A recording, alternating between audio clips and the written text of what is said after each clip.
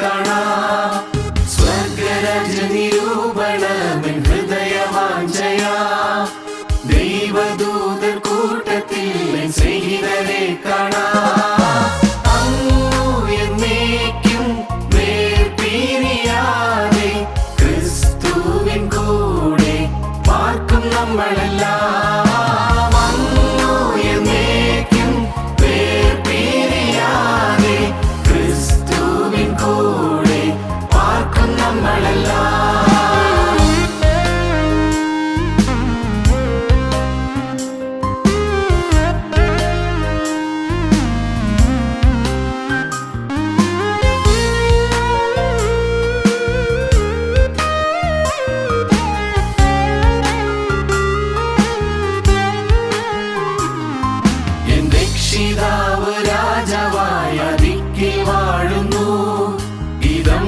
എത്ര ഇമ്പമായി എപ്പോഴും കേൾക്കുന്നു.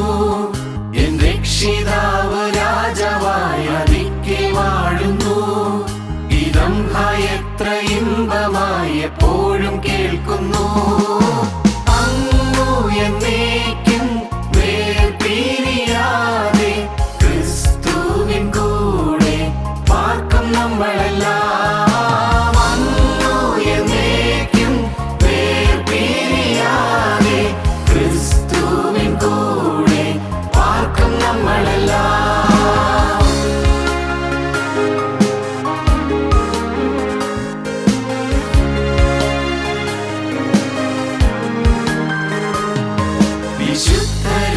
സംസർഗം വാഴാത്ത കിരീടം ചൊല്ലിത്തീരാത്ത ആനന്ദം എത്ര വാഞ്ചിതം.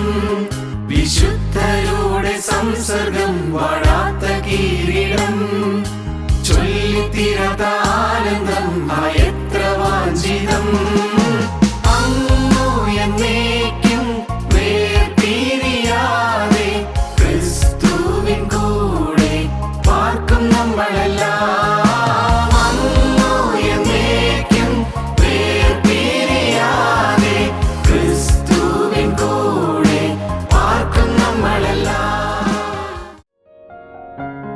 ഞങ്ങളും ക്രൂശിക്കപ്പെട്ട ക്രിസ്തുവിനെ പ്രസംഗിക്കുന്നു. ദൈവത്തിന് വലിയ നാമം മഹത്വപ്പെടട്ടെ. ദൈവത്തിന് സ്തോത്രം. നാം ചിന്തിച്ച ഒരു വിഷയം യേശു കരഞ്ഞു എന്നുള്ളതാണ്. നിങ്ങൾ ചിലർ ഓർക്കുമായിരിക്കും, യേശു കരഞ്ഞു. അത് ആ വിഷയം നാം ചില ഭാഗങ്ങളെല്ലാം ചിന്തിച്ചു. ഒന്ന്, യേശു നഗരത്തെ നോക്കി അതിനെക്കുറിച്ച് കരഞ്ഞു. രണ്ട്, യേശു ലാസറിൻ്റെ കല്ലറയ്ക്കൽ പോയി കണ്ണുനീർ വാർത്തു. ഈ രണ്ട് കാര്യങ്ങളാണ് പറഞ്ഞത് യേശു കരഞ്ഞു എന്നുള്ളതിന്. ഇന്ന് യേശു കരഞ്ഞത് പിന്നെ എന്തിനാണ് അതാണ് നമുക്കിന്ന് ഇപ്പോൾ ചിന്തിക്കാനുള്ളത്. ദൈവത്തിന് സ്തോത്രം. ഞാൻ തുടങ്ങുമ്പോഴേ പറയട്ടെ, യേശു കരഞ്ഞു. തുടങ്ങുമ്പോഴേ പറയട്ടെ, ഇന്ന് യേശു എന്നെ നോക്കി പ്രസാദിക്കുകയാണോ? എന്നെ കാണുമ്പോൾ കർത്താവിൻ്റെ ആശ്വാസം കിട്ടുകയാണോ? കർത്താവിന് ഇന്ന് എന്നെ നോക്കുമ്പോൾ കർത്താവിന് സമാധാനം കിട്ടുകയാണോ? അതോ കർത്താവ് എന്നെ നോക്കി കരയുന്നുണ്ടോ? നാം ഉള്ളിലേക്ക് ചൂഴ്ന്നിറങ്ങി നോക്കിയാൽ, നമ്മുടെ ഉള്ളിൻ്റെ അകത്തളങ്ങളിലേക്ക് ചൂഴ്ന്നിറങ്ങി നോക്കിയാൽ നമുക്ക് തന്നെ മനസ്സിലാകും, യേശു ഇപ്പോൾ എന്നെ നോക്കി സന്തോഷിക്കുകയാണോ? എന്നെ നോക്കി പ്രസാദിക്കുകയാണോ? നല്ലവൻ വിശ്വസ്തനായ ദാസനെ, നീ അല്പത്തിൽ വിശ്വസ്തനായിരുന്നു, അധികത്തിന് ഞാൻ നിന്നെ വിചാരകനാക്കും എന്ന് ഈ താലന്തുകളുടെ ഉടയവൻ പറയുന്നൊരു വാക്യം വേദപുസ്തകമുണ്ടല്ലോ. അതുപോലെ നല്ലവൻ വിശ്വസ്തനായ ദാസനെ എന്ന് നമ്മെ വിളിക്കുമോ ഇന്നത്തെ സ്ഥിതിയിൽ? അതോ ദുഷ്ടദാസനെ എന്നാണ് വിളിക്കാൻ പോകുന്നത്? കൊള്ളരുതാത്ത ദാസനെ എന്നാണ് വിളിക്കാൻ പോകുന്നത്? ഇന്ന് എൻ്റെ അവസ്ഥ എന്താണ്? നമ്മുടെ ആത്മാവിൻ്റെ അവസ്ഥ അറിയണ്ടേ? ഇന്നത്തെ സ്ഥിതിയിൽ എൻ്റെ ആത്മാവിൻ്റെ അവസ്ഥ എന്താണ്? ഇന്ന് ഞാൻ മരിച്ചാൽ ഞാൻ കടന്നു പോകുന്ന ദൈവരാജ്യത്തിലേക്ക് പോകുമോ? ഞാൻ സ്വർഗ്ഗരാജ്യത്തിലെത്തുമോ? ഇത് നാം സ്വയം ചിന്തിക്കേണ്ടതല്ലേ? ഗൗരവമേറിയ വിഷയമല്ലേ? നമ്മുടെ ആത്മാവിൻ്റെ കാര്യം നിത്യതയുടെ കാര്യമാണ്. ഈ ലോകത്തിലെ കുറേ വർഷങ്ങളുടെ കാര്യമല്ല, നിത്യതയാണ്. നിത്യത. ഞാൻ ഇന്ന് കടന്നുപോയാൽ ഞാൻ യേശുക്രിസ്തുവിൻ്റെ രാജ്യത്തിലെത്തുമോ? ഇന്ന് ഞാൻ കടന്നുപോയാൽ യേശുക്രിസ്തുവിൻ്റെ സന്നിധിയിൽ ഞാൻ എത്തുമോ? വിശുദ്ധന്മാർ ആരാധിക്കുന്ന, തീക്കെടുത്ത മാലാഖമാർ ആരാധിക്കുന്ന, സ്വർഗീയ സേനകൾ ആരാധിച്ച് മഹത്വപ്പെടുത്തുന്ന നിത്യനായ ദൈവത്തിൻ്റെ സന്നിധിയിൽ ഞാൻ എത്തുമോ? തീയാകുന്ന രാജ്യത്തിൽ ഞാൻ എത്തുമോ? തീയാകുന്ന രാജ്യത്തിൽ എത്തുവാൻ ഞാനൊരു തീയായി മാറിയോ? തീയാകുന്ന രാജ്യത്തിൽ, തീയാകുന്ന സ്വർഗരാജ്യത്തിൽ എത്തുവാൻ ഞാനൊരു തീക്കനലായി മാറിയോ? അല്ല, ഒരു തീപ്പൊരിയെങ്കിലും ആയിത്തീരാൻ എനിക്ക് കഴിഞ്ഞിട്ടുണ്ടോ? ഇന്ന് എന്നെ നോക്കി കർത്താവ് ഇതാ സാക്ഷാൽ ഇസ്രായേലിൻ ഇവനിൽ കപടമില്ല എന്ന് പറയുമോ? നിഷ്കളങ്കനായ ഒരു വിശ്വാസി എന്ന് പറയുമോ? ഹൃദയം ശുദ്ധമായ ഒരു വിശ്വാസി എന്ന് പറയുമോ? നിഷ്കളങ്കനായ വിശ്വാസി, ശുദ്ധ ഹൃദയമുള്ള ഒരു വിശ്വാസി, ശുദ്ധ മനസാക്ഷിയുള്ളൊരു വിശ്വാസി നമ്മെ നോക്കി പറയുമോ? ദൈവത്തിന് സ്തോത്രം. ഗൗരവമേറിയ ഈ ചിന്ത നമ്മുടെ ഹൃദയത്തെ ഭരിക്കേണ്ടതാണ്, നമ്മുടെ മനസ്സിലുണ്ടാകേണ്ടതാണ്. യേശു കരഞ്ഞു, നഗരത്തെ നോക്കി കരഞ്ഞു. യേശു ലാസറിൻ്റെ വിയോഗത്തിൽ മനംനൊന്തിരിക്കുന്ന സഹോദരിമാരെ നോക്കി കരഞ്ഞു. ലാസർ മരിച്ച് 4 ദിവസമായിരുന്നു. യേശു വൈകിയാണെങ്കിലും ആ ഭവനത്തിലേക്ക് കടന്നു ചെന്നു. സഹോദരിമാർ ഏങ്ങളടിച്ച് കരയുന്നു, യഹൂദന്മാരും കരയുന്നു, വിലപിക്കുന്നൊരു കൂട്ടം ജനം, ആകെ അസ്വസ്ഥമായ അന്തരീക്ഷം. യേശുവും കരഞ്ഞു. കരയുന്നതിനിടയിൽ ചെന്ന് യേശു കരഞ്ഞു. ആ കുടുംബത്തിൻ്റെ ദയനീയ സ്ഥിതി ഓർത്ത് കർത്താവ് കരഞ്ഞു. ദൈവത്തിന് സ്തോത്രം. ആ സഹോദരിമാരുടെ വേദന കൊണ്ട് കർത്താവ് കരഞ്ഞു, യേശു കരഞ്ഞു. ഇന്ന് നാം യേശു കരഞ്ഞ മറ്റൊരു സന്ദർഭം കേൾക്കാൻ പോവുകയാണ്. നമുക്ക് വായിക്കാം. മത്തായിയുടെ സുവിശേഷം 23-ാം അധ്യായം 13-ാം വാക്യം മുതൽ വായിക്കാം. കപടഭക്തിക്കാരായ ശാസ്ത്രിമാരും പരീശന്മാരുമായുള്ളവരെ, നിങ്ങൾക്ക് ഹാ കഷ്ടം! നിങ്ങൾ മനുഷ്യർക്ക് സ്വർഗരാജ്യം അടച്ചു കളയുന്നു. നിങ്ങൾ കടക്കുന്നില്ല, കടക്കുന്നവരെ കടപ്പാൻ സമ്മതിക്കുന്നതുമില്ല.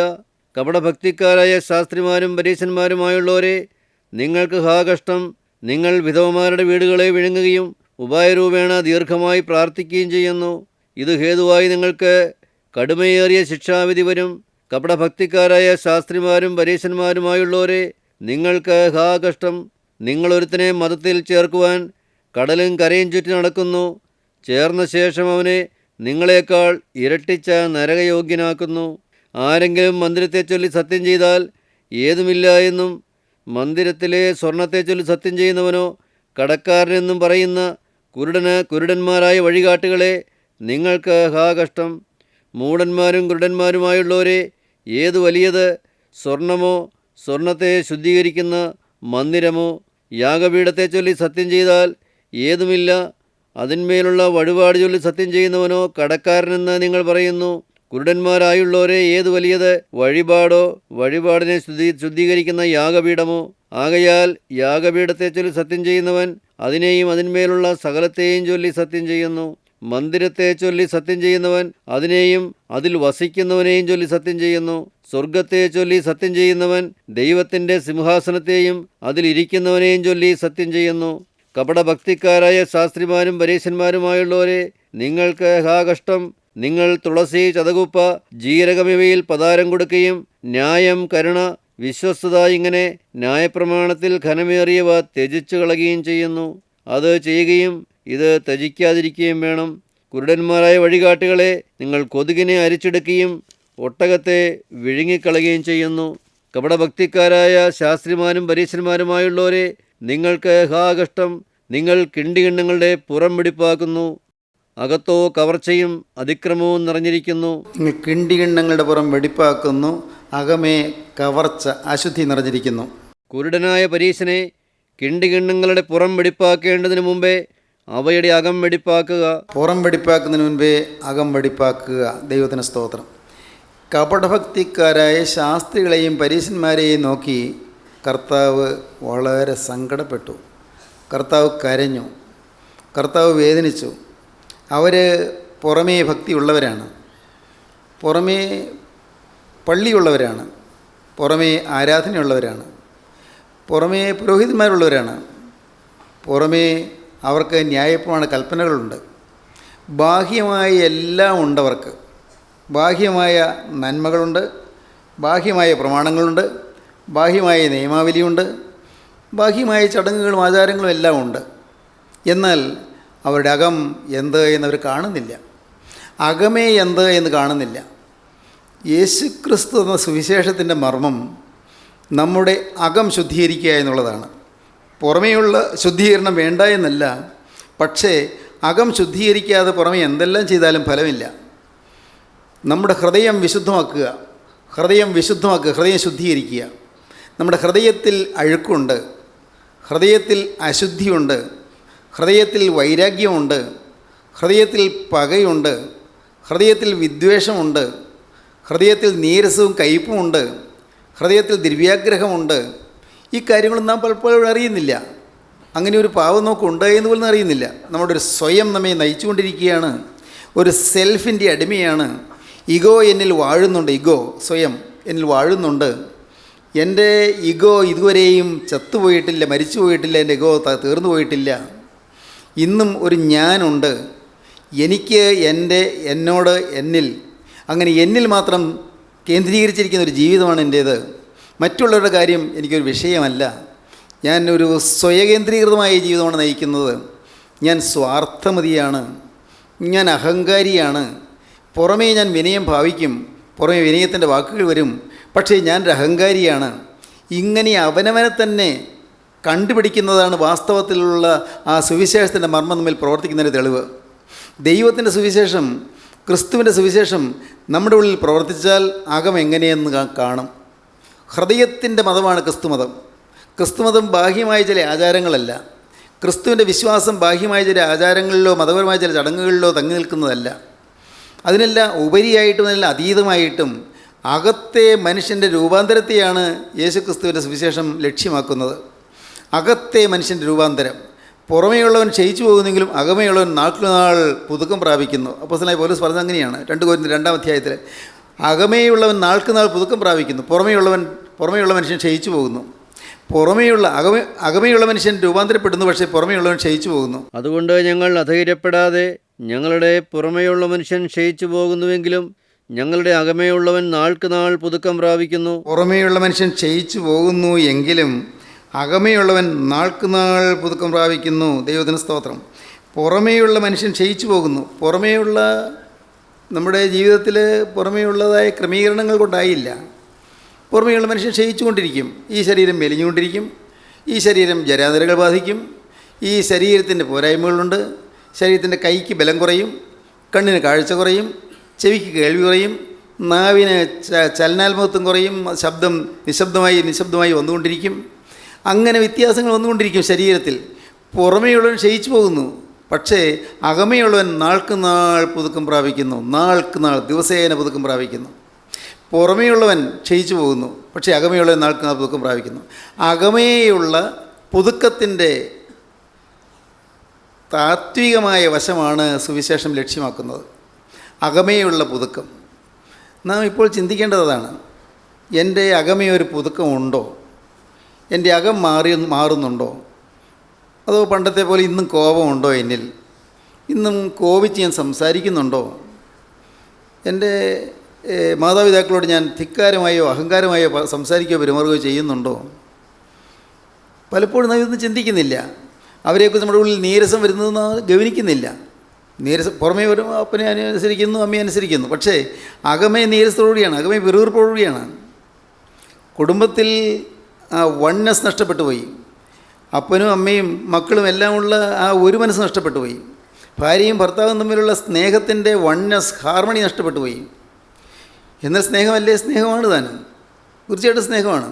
പുറമേ സ്നേഹം തന്നെയാണ്, അല്ലാതെ അഭിനയിക്കുന്ന സ്നേഹമല്ല. പക്ഷേ അകമേ ചില കെറിയിറുപ്പുകൾ, അകമേ ചില അസംതൃപ്തികൾ. പ്രത്യേകം ശ്രദ്ധിക്കൂ, അസംതൃപ്തികൾ നമ്മുടെ ജീവിതത്തിലുണ്ട്, ഇന്നുമുണ്ട് ചില അസംതൃപ്തികൾ. ഭാര്യയെക്കുറിച്ചാകാം, ഭർത്താവിനെക്കുറിച്ചാകാം, മക്കളെക്കുറിച്ചാകാം, മാതാപിതാക്കളെക്കുറിച്ചാകാം, നമ്മുടെ ജോലിയെക്കുറിച്ചാകാം, നമ്മുടെ വരുമാനത്തെക്കുറിച്ചാകാം. ഇങ്ങനെ ചില അസംതൃപ്തികൾ നമ്മെ ഇന്ന് വശീകരിച്ചു കൊണ്ടിരിക്കുകയാണ്, വലയം ചെയ്തുകൊണ്ടിരിക്കുകയാണ്. ഇതെല്ലാം മാറണമെങ്കിൽ അകമേയുള്ള മനുഷ്യൻ മാറണം, അകം മാറണം. കോപം ഇല്ലാതാകും, കോപം വരികയില്ല. ക്രിസ്തുവിൻ്റെ ആത്മാവ് നമ്മെ അധിവസിക്കുന്നു എങ്കിൽ കോപം വരികയില്ല.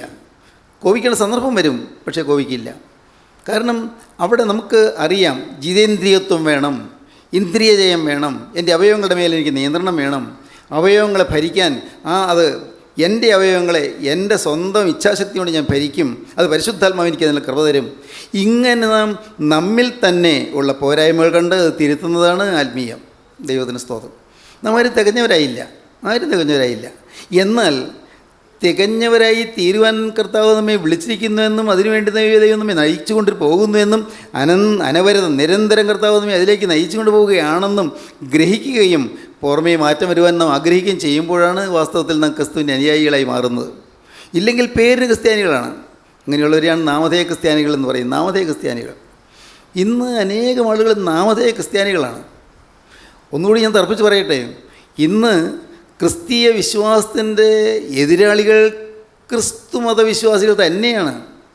ഇന്ന് സുവിശേഷത്തിൻ്റെ എതിരാളികൾ സുവിശേഷകരാണ്. സുവിശേഷ വേലയുടെ എതിർപ്പ് ഉണ്ടാക്കുന്നത്, സുവിശേഷ വേലയ്ക്ക് നഷ്ടം വരുത്തുന്നത് സുവിശേഷകന്മാരാണ്. സുവിശേഷ വേലയെക്കുറിച്ച് ചീത്ത അഭിപ്രായം ഉണ്ടാക്കുന്നത് സുവിശേഷകന്മാരാണ്. സുവിശേഷകന്മാർ അവർ അഹങ്കാരികളാകുന്നു, അവർ പൈസ മോഹിക്കുന്നു, പൈസയ്ക്ക് വേണ്ടി ദൈവത്തിന് വേല ചെയ്യുന്നു, അവർ ഭൗതികമായ ലാഭം ഉണ്ടാക്കാൻ നോക്കുന്നു. ഇങ്ങനെയെല്ലാം നോക്കുന്നത് കൊണ്ട് സംഭവിക്കുന്നത് എന്താണെന്നോ, സുവിശേഷ വേലയ്ക്കുള്ള അപമാനമാണത്. ദൈവത്തിന് വേലയ്ക്കുള്ള അപമാനമാണ്. യെരമ്യാ പ്രവാചകന്റെ പുസ്തകം, അതിൽ ദൈവം എന്ന് പറയാൻ കരയുന്നൊരു ഭാഗമുണ്ട്. സ്വർഗത്തിലെ ദൈവം കരയുന്നു. എന്താണ് ദൈവം കരയാൻ കാരണം? എൻ്റെ പരുക്ക് നിമിത്തം എനിക്ക് അയ്യോ കഷ്ടം, എൻ്റെ പരുക്ക് നിമിത്തം എനിക്ക് അയ്യോ കഷ്ടം, എൻ്റെ മുറിവ് വ്യസനകരമാകുന്നു, എൻ്റെ മുറിവ് വ്യസനകരമാകുന്നു. എങ്കിലും ഞാൻ അതെൻ്റെ ദീനം, ഞാനത് സഹിച്ചേ മതിയാവൂ എന്ന് പറഞ്ഞു. 10-ാം അധ്യായം 19-ാം വാക്യം മുതൽ ഒന്ന് വായിക്കൂ. എൻ്റെ പരുക്ക് നിമിത്തം എനിക്ക് അയ്യോ കഷ്ടം, എൻ്റെ മുറിവ് വ്യസനകരമാകുന്നു, എങ്കിലും ഞാൻ അതെൻ്റെ ദീനം, ഞാനത് സഹിച്ചേ മതിയാവൂ എന്ന് പറഞ്ഞു. എൻ്റെ കൂടാരം കവർച്ചയായി പോയിരിക്കുന്നു, എൻ്റെ കയറൊക്കെയും അറ്റിരിക്കുന്നു. എൻ്റെ മക്കൾ എന്നെ വിട്ടുപോയി, അവർ ഇല്ലാതായിരിക്കുന്നു.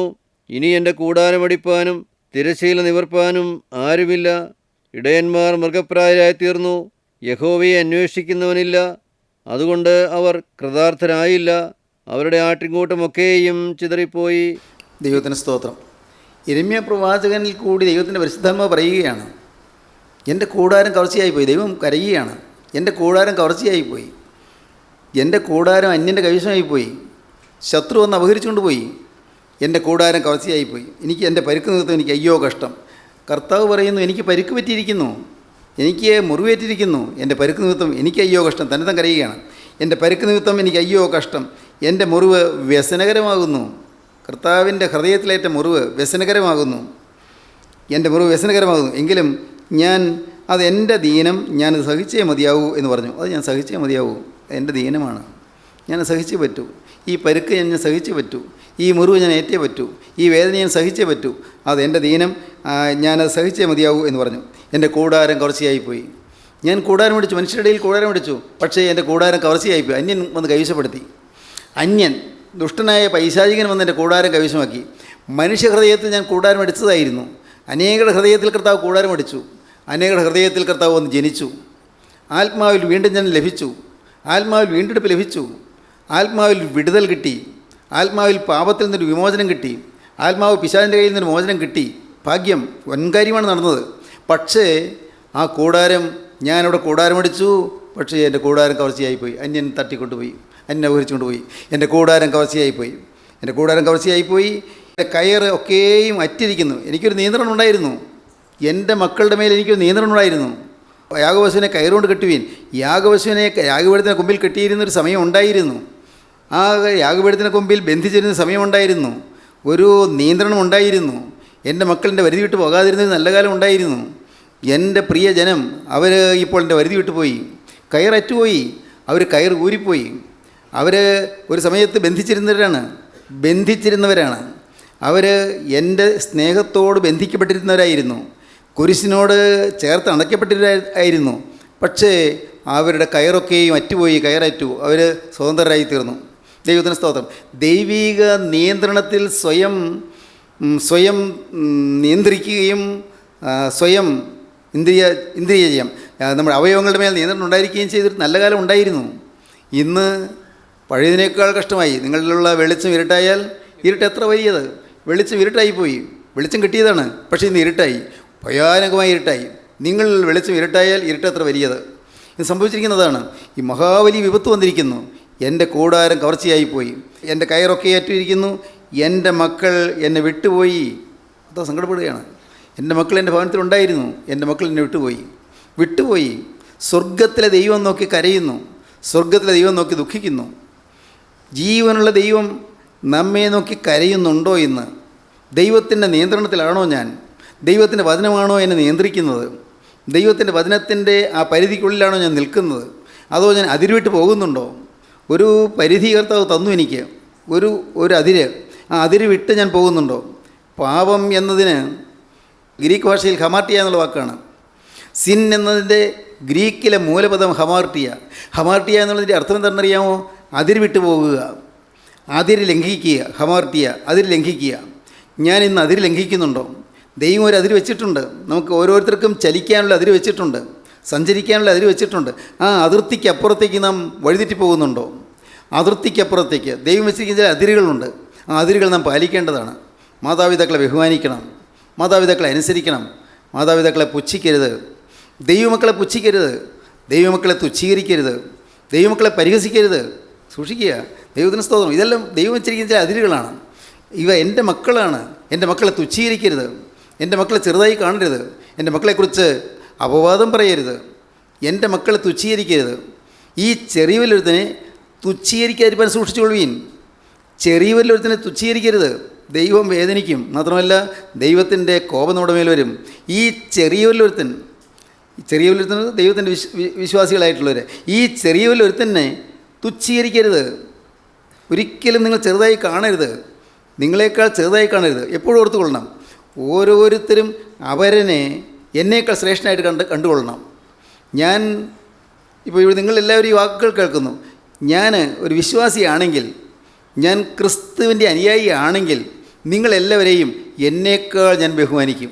ദൈവത്തിന് സ്തോത്രം. ഇല്ലെങ്കിൽ എന്നിൽ ക്രിസ്തുവിന് വസിക്കാൻ സാധിക്കുകയില്ല, അധികം നാൾ കർത്താവിൻ്റെ ഉള്ളിലിരിക്കുകയില്ല. കൂട്ടായ്മയിലുള്ളവരെന്ന് മാത്രമല്ല, ആരെയും ഓരോരുത്തൻ അവനവൻ്റെ ഗുണമല്ല മറ്റുള്ളവരുടെ ഗുണം അന്വേഷിക്കട്ടെ. ഓരോരുത്തൻ സ്വന്തം ഗുണമല്ല മറ്റുള്ളവരുടെ ഗുണം അന്വേഷിക്കട്ടെ. ഓരോരുത്തൻ തന്നേക്കാളധികം മറ്റുള്ളവരെ സ്നേഹിക്കട്ടെ, മറ്റുള്ളവരെ മാനിക്കട്ടെ, മറ്റുള്ളവരെ ആദരിക്കട്ടെ. ദൈവത്തിന് സ്തോത്രം. പ്രിയപ്പെട്ടവരെ, ഇങ്ങനെ ഇതെല്ലാം ദൈവം വച്ചിരിക്കുന്ന അതിരുകളാണ്. ഈ അതിര് വിട്ട് താൻ ജീവിക്കുമ്പോഴാണ് ദൈവസ്നേഹം മുറിവേൽക്കുന്നത്. അതിര് വിട്ടു പോകുന്നു, കയറ് വിട്ടു പോകുന്നു. നമ്മെ ബന്ധിച്ചിരുന്ന ഒരു സ്നേഹത്തിൻ്റെ കയറുണ്ട്, ഒരു സ്നേഹത്തിൻ്റെ ചരടുണ്ട്. നമ്മെ കുരിശിനോട് ചേർത്ത് ബന്ധിച്ചിരുന്ന സ്നേഹത്തിൻ്റെ കയറുണ്ട്. നമ്മെ ഓരോരുത്തരെയും ആ സ്നേഹത്തിൻ്റെ ചരട് ഇങ്ങനെ ക്രൂസിനോട് ചേർത്ത് അണച്ചിരിക്കുകയാണ്. സാധാരണഗതിയിൽ ഇട്ടേച്ച് പോകാൻ സാധിക്കില്ല. പക്ഷേ ബലം പ്രയോഗിച്ചാൽ ഈ കയർ മുറിഞ്ഞു പോകും. ബലം പ്രയോഗിച്ചാൽ ആരും ഈ കയർ മുറിച്ച് കളയില്ല. പിശാചിന് തൊടാൻ ഒക്കുകയില്ല. എൻ്റെ കയ്യിൽ നിന്ന് പിടിച്ചു കുറിപ്പാൻ ആർക്കും കഴിയുകയില്ല. യേശുക്രിസ്തുവിൻ്റെ കരങ്ങളിലിരിക്കുന്നവൻ ഭയപ്പെടേണ്ട. ഒരിക്കലും ആരും പിടിച്ചു പറിച്ചുകൊണ്ട് പോവുകയില്ല. ഒരു മന്ത്രവാദിക്ക് ഒന്നും ചെയ്യാൻ സാധിക്കുകയില്ല, ഒരു കൈവശക്കാരനും ഒന്നും ചെയ്യാൻ സാധിക്കുകയില്ല. നിങ്ങളാരും പേടിക്കണ്ട. ഈ കൂട്ടായ്മയിലെ ദൈവമക്കൾ പ്രത്യേകം ശ്രദ്ധിക്കൂ. ഒരു മന്ത്രവാദിക്കും നിങ്ങൾ തൊടാൻ സാധിക്കുകയില്ല, ഒരു മന്ത്രവാദദോഷത്തിന് നിങ്ങൾ സമീപിക്കാൻ സാധിക്കുകയില്ല, ഒരു ജാതകദോഷത്തിന് നിങ്ങളുടെ അരികിലേക്ക് വരാൻ സാധിക്കുകയില്ല, ഒരു ശകുനമോ അല്ല ഒരു രാഹുകാലമോ ഒന്നും ദൈവം ഇതിനെ തൊടുകയില്ല. വിശ്വസിക്കൂ. ദൈവത്തിന് സ്തോത്രം. വെറുതെ അന്ധവിശ്വാസങ്ങൾ പറയാൻ നിങ്ങൾ പോകരുത്. എൻ്റെ കൊച്ചിന് ഇപ്പോൾ പഠിക്കാൻ പറ്റുന്നില്ല, പണ്ട് നല്ലപോലെ പഠിച്ചിരുന്നു, എൻ്റെ കൊച്ചിന് ആരാണ്ട് കൈവശം കൊടുത്തു എന്നൊക്കെ ചിന്തിക്കുന്ന ആളുകളുണ്ട്. വെറും വിഡ്ഢിത്തമാണ് പറയുന്നത്. അങ്ങനെയൊന്നും ആരും കൈവശം കൊടുക്കുന്നുമില്ല, കൊടുത്തായിട്ട് ഭരിക്കുകയുമില്ല. ദൈവത്തിന് സ്തോത്രം. പ്രിയപ്പെട്ടവരെ, നിങ്ങൾ വിശ്വസിക്കൂ. എനിക്ക് എൻ്റെ കുടുംബത്തിനെതിരായിട്ട് അയൽവക്കത്തെ ആൾ ഏതാണ്ട് അക്രമം ചെയ്തിട്ടുണ്ട്, ഏതാണ്ട് മന്ത്രവാദം ചെയ്തിട്ടുണ്ട്, ആഭിചാരം ചെയ്തിട്ടുണ്ട്, അതുകൊണ്ടാണ് ഞങ്ങൾക്ക് ഒരു അഭിവൃദ്ധി കിട്ടാത്തത് എന്നൊക്കെ ചിന്തിക്കുന്ന ആളുകളുണ്ട്. അതെല്ലാം പുറജാതികളുടെ ചിന്തയാണ്. വളരെ പ്രാകൃതമായ ചിന്ത, വളരെ വളരെ തരംതാണ ചിന്തകളാണ്. ഒരു ദൈവവേദന ചിന്തകളൊന്നും വരാൻ പാടില്ല. ഒരിക്കലും യേശുക്രിസ്തുവിൻ്റെ ജയമുള്ള സ്ത്രീയുടെ അടയാളമുള്ളൊരു ദൈവവേദനെ പിശാചിന് തൊടാൻ സാധിക്കില്ല. വിശ്വസിക്കും. യേശുക്രിസ്തുവിൻ്റെ തിരക്തത്തിന് മുദ്രയുള്ള ദൈവവേദനയെ ആർക്കും തൊടാൻ സാധിക്കുകയില്ല. യേശുക്രിസ്തുവിനായി ജീവൻ സമർപ്പിച്ച ദൈവവേദന തൊടാൻ ആർക്കും സാധിക്കില്ല. അതിർവിട്ട് പോകരുത്. ഹമാർട്ടിയ, പാവം വരരുത്, അതിർവിട്ട് പോകരുത്. ഒരു അതിർത്തിയുണ്ട്, അതിർത്തിക്ക് പുറമേ നാം പോകരുത്. കർത്താവ് നോക്കിച്ചിരിക്കുന്ന ഒരു നിയന്ത്രണത്തിൻ്റെ നേർരേഖയുണ്ട്. ആ രേഖ വിട്ട് അപ്പുറത്തേക്ക് കടന്നു പോകാൻ പാടില്ല. ദൈവത്തിന് സ്തോത്രം. ചിന്തിക്കൂ. അതിർത്തി വിട്ട് പോയിട്ടുണ്ടോ? ദൈവസ്നേഹത്തിൻ്റെ അതിരിട്ട് പോയിട്ടുണ്ടോ? ദൈവം ദുഃഖിക്കുന്നു, ദൈവം കരയുന്നു. സ്തോത്രം. ജീവനുള്ള ദൈവം നമുക്ക് ദുഃഖിക്കുന്നു. അയ്യോ, എൻ്റെ മക്കൾ എന്നെ വിട്ടുപോയി. അതാണ് പറയുന്നത്. എൻ്റെ മക്കൾ എന്നെ വിട്ടുപോയി. ദൈവത്തിന് സ്തോത്രം. എൻ്റെ മക്കൾ എന്നെ വിട്ടുപോയി. മാത്രമല്ല ഇനി എൻ്റെ കൂടാരമടിപ്പാനും തിരശ്ശീല നിവർപ്പാനും ആരുമില്ല. എൻ്റെ വേല ചെയ്യാൻ ആരുമില്ലല്ലോ. നീ ആരെൻ്റെ കൂടാരം നിവർക്കും? ആരെൻ്റെ കൂടാരം അടിച്ചു തരും? ആരെനിക്ക് ദരിശയിൽ നിവർത്തു തരും? എൻ്റെ വേല ചെയ്യാൻ ആരുമില്ലല്ലോ, എൻ്റെ മക്കൾ എന്നിട്ട് പോയല്ലോ. സ്വർഗത്തിലെ നിത്യനായ ദൈവത്തിൻ്റെ യുഗങ്ങളിൽ പ്രതിധ്വനി കൊള്ളുന്ന ഒരു വിലാപമാണ് ഈ വാക്ക്. യുഗങ്ങളുടെ മധ്യത്തിൽ ഇന്നും ലയിച്ചു നിൽക്കുന്ന സ്വർഗീയ വിലാപം നിത്യനായ ദൈവത്തിൻ്റെ കരച്ചിലാണ്. എന്താണ് പറയുന്നത്? എൻ്റെ മക്കൾ എന്നെ വിട്ടുപോയി, ഇനി എൻ്റെ കൂടാരം എടുപ്പാനും എൻ്റെ തിരശ്ശീല നിർത്തുവാനും എനിക്ക് ആരുമില്ല. സ്തോത്രം. അവർ കവർച്ചയായിപ്പോയി. ഇടയന്മാർ മൃഗപ്രായരായി തീർന്നു. അയ്യോ കഷ്ടം. എൻ്റെ മക്കൾ മാത്രമല്ല, അവരെ നടത്താൻ ഞാൻ ചില ഇടയന്മാർ വെച്ചിരുന്നു, ചില കശീശന്മാർ വെച്ചിരുന്നു, ചില മൂപ്പന്മാർ വെച്ചിരുന്നു, ചില പാസ്റ്റേഴ്സിനെ വെച്ചിരുന്നു. ഇടയന്മാർ, പാസ്റ്റേഴ്സ്. ഞാൻ അവരെ നയിക്കാനായിട്ട് വെച്ചിരുന്ന ആത്മീയ ഇടയന്മാരുണ്ട്. അവർ മൃഗങ്ങളെ പോലെയായി. വെറും മാനുഷികത്വം പോയി, മാനുഷികത്വം നഷ്ടപ്പെട്ടു. അവർ മൃഗങ്ങളായി. മൃഗീയ വാസനകൾ. മൃഗത്തിന് അമ്മയെന്നോ പെങ്ങളെന്നോ വ്യത്യാസമുണ്ടോ? മൃഗം ഇടയനാണ്, കാര്യം ശരിയാ. പക്ഷേ മൃഗപ്രായരായിപ്പോയി. വിശുദ്ധിക്ക് ഒരു നിയന്ത്രണമില്ല, വിശുദ്ധിയില്ല, സ്നേഹമില്ല, അത്യാഗ്രഹം, ദുർമോഹം, അവിവേകമായ സംസാരം, യാതൊരു നിയന്ത്രണമില്ലാത്ത പെരുമാറ്റങ്ങൾ. എവിടെയും ആരോടും എന്ത് സംസാരിക്കാവുന്ന ലജ്ജാകരമായ ജീവിതം. മൃഗപ്രായരായിപ്പോയി. അടുത്ത വാക്യം. ഇടയന്മാർ മൃഗപ്രായരായി തീർന്നു, യഹോവയെ അന്വേഷിക്കുന്നവനില്ല. ദൈവത്തെ അന്വേഷിക്കുന്നില്ല. അവർ അന്വേഷിക്കുന്നത് ജനങ്ങൾ ഇതാ എന്തെങ്കിലും കൊണ്ടുവരുന്നുണ്ടെന്നാണ് നോക്കുന്നത്. എന്തെങ്കിലും കൊണ്ടുവരുന്നുണ്ടോ, എനിക്കെന്തെങ്കിലും തരുമോ. അവർ പുറമേ കൈ നീട്ടുന്നില്ലെങ്കിലും ഉള്ളത്തിൽ വാഞ്ചിച്ചുകൊണ്ടിരിക്കുകയാണ്. എൻ്റെ ഈ ആളുകൾ ഇടയനെ കാണാൻ വരുമ്പോൾ എന്തെങ്കിലും കൊണ്ടുവന്ന് തരുമോ? ഇടയന്മാർ മൃഗപ്രായത്തായി തീർന്നു, യഹോവയെ അന്വേഷിക്കുന്നില്ല. അതുകൊണ്ട് അവർ കൃതാർത്ഥരായില്ല. അവരുടെ ആട്ടിൻകൂട്ടമൊക്കെയും ചിതറിപ്പോയി. ആട്ടിൻകൂട്ടം ചിതറിപ്പോയി. അവർ കൃതാർത്ഥരായില്ല, സംതൃപ്തിയില്ല. ആട്ടിൻകൂട്ടം ചിതറിപ്പോകുന്നു. ഇന്ന് പ്രിയപ്പെട്ടവരെ, നിങ്ങൾ അല്പം ഒന്ന് ബുദ്ധിപൂർവ്വം ചിന്തിക്കൂ. ഇന്ന് ജനങ്ങൾ ചിതറിപ്പോവുകയല്ലേ? ജനങ്ങൾ ചിതറുകയല്ലേ? ആട്ടിൻകൂട്ടം ചിതറിപ്പോവുകയല്ലേ? ദൈവത്തിന് സ്തോത്രം. ജീവനുള്ള ദൈവം നമ്മെ ദുഃഖിക്കുന്നു. കർത്താവ് നമ്മെ നോക്കി കരയുന്നു. ദൈവത്തിന് സ്തോത്രം. കർത്താവായ യേശു ക്രിസ്തു നഗരത്തെ കണ്ട് കരഞ്ഞു. കർത്താവായ യേശു ലാസറിൻ്റെ കല്ലറയ്ക്കൽ കരഞ്ഞു. കർത്താവായ യേശു പരീശന്മാരെ നോക്കി കരഞ്ഞു. കർത്താവായ യേശുവിൻ്റെ ശിഷ്യന്മാരെ നോക്കി കരഞ്ഞു. കർത്താവായ യേശു ഇടയന്മാരെ നോക്കി കരഞ്ഞു. കർത്താവായ യേശു ഇന്ന് പട്ടണങ്ങളെ നോക്കി കരയുന്നു. ദൈവത്തിന് സ്തോത്രം. നമുക്ക് പ്രാർത്ഥിക്കാം. കർത്താവിൻ്റെ കരങ്ങളിലേക്ക് ഏൽപ്പിക്കാം. കാരുണ്യവാനായ ഞങ്ങളുടെ സ്വർഗീയ പിതാവേ, അവിടെ നൽകിയ വചനങ്ങൾക്കായി ഞങ്ങൾ നിന്നെ സ്തുതിക്കുന്നു. നിൻ്റെ ഈ പ്രിയമക്കളെ എല്ലാവരെയും അനുഗ്രഹിക്കണമേ. കർത്താവേ, നിന്റെ മക്കളുടെ മേൽ തൃക്കരം വയ്ക്കണമേ. നാഥ, അനുതാപത്തിൻ്റെ ആത്മാവ് ഈ മക്കൾ വ്യാപരിക്കണമേ എന്ന് പ്രാർത്ഥിക്കുന്നു. എല്ലാവരും യേശു ക്രിസ്തുവിനെ അറിയുവാനും ക്രൂസിൻ്റെ അർത്ഥം ഗ്രഹിപ്പാനും ക്രൂസിന് സാക്ഷികളാകുവാനും ഇടയാക്കി തീർക്കണമേ എന്ന് പ്രാർത്ഥിക്കുന്നു. അവിടുത്തെ രണ്ടാമത്തെ വരവിന് വേണ്ടി എല്ലാവരെയും ഒരുക്കണമേ. യേശു ക്രിസ്തുവിൻ്റെ വലിയ നാമത്തിൽ പ്രാർത്ഥിക്കുന്നു. കൃപയോടെ കേൾക്കണമേ. ആമീൻ.